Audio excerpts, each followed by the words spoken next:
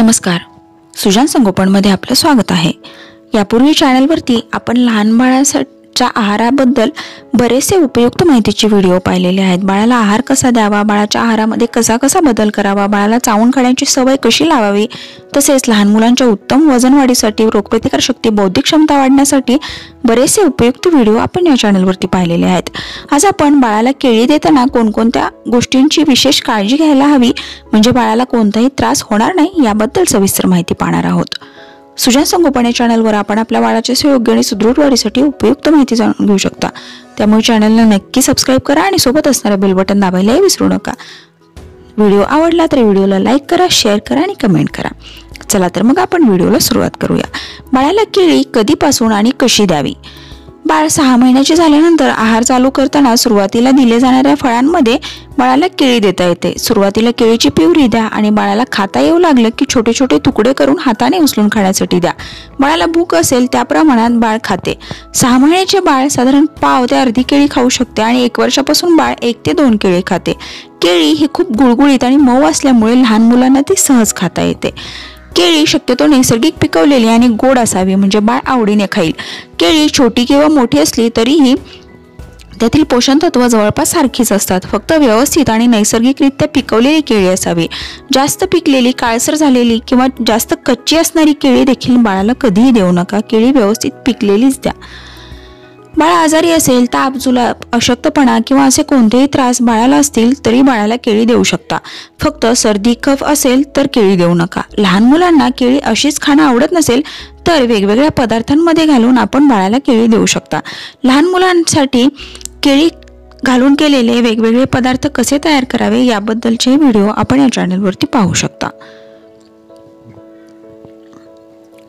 केळीमध्ये असणारी पोषण तत्व आणि केळीचे फायदे।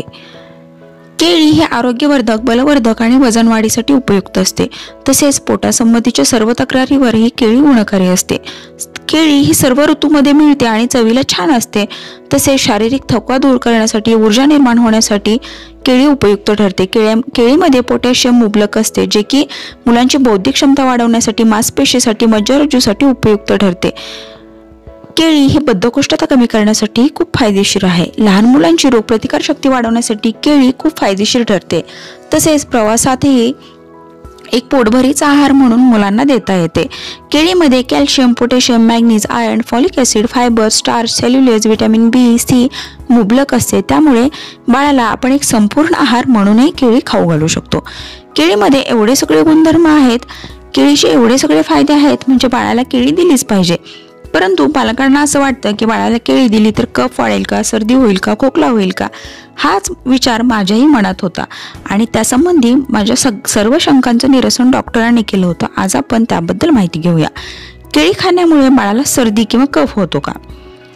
बाळाला प्रत्येक ऋतूमध्ये केळी देता येते। हिवाळ्यात किंवा पावसाळ्यात देखील काही गोष्टींची काळजी घेऊन बाळाला केळी दिली तर सर्दी, कफ, खोकला असा कोणताही त्रास होत नाही। बाळाला आहारात केळी भरवताना वातावरण जास्त थंड नसेल अशी वेळ निवडा म्हणजे शक्यतो केळी सकाळी किंवा संध्याकाळी न देता दुपारी देणं योग्य ठरतं। केळीमुळे सर्दी, कफ होत नाही, परंतु बाळाला अगोदरच जर सर्दी, कफ असेल तर तो वाढू शकतो। त्यामुळे बाळाला कफ, खोकला, सर्दी असेल तोपर्यंत केळी देऊ नका। त्रास पूर्ण बंद झाल्यानंतर केळी देऊ शकता। ज्या दिवशी वातावरण खूपच थंड असेल त्या दिवशी केळी अजिबात देऊ नका।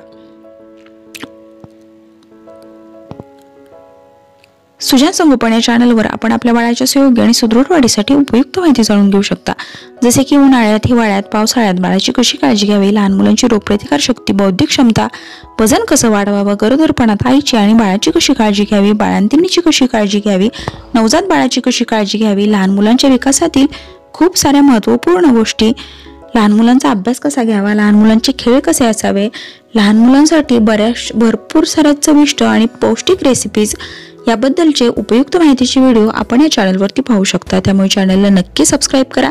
तुमच्या मित्रमैत्रिणींना, नातेवाईकांसोबत, नवनवीन पॅरेंट्ससोबत या चॅनलवरील उपयुक्त माहितीचे व्हिडिओ शेअर करा म्हणजे त्यांनाही या माहितीचा फायदा होईल।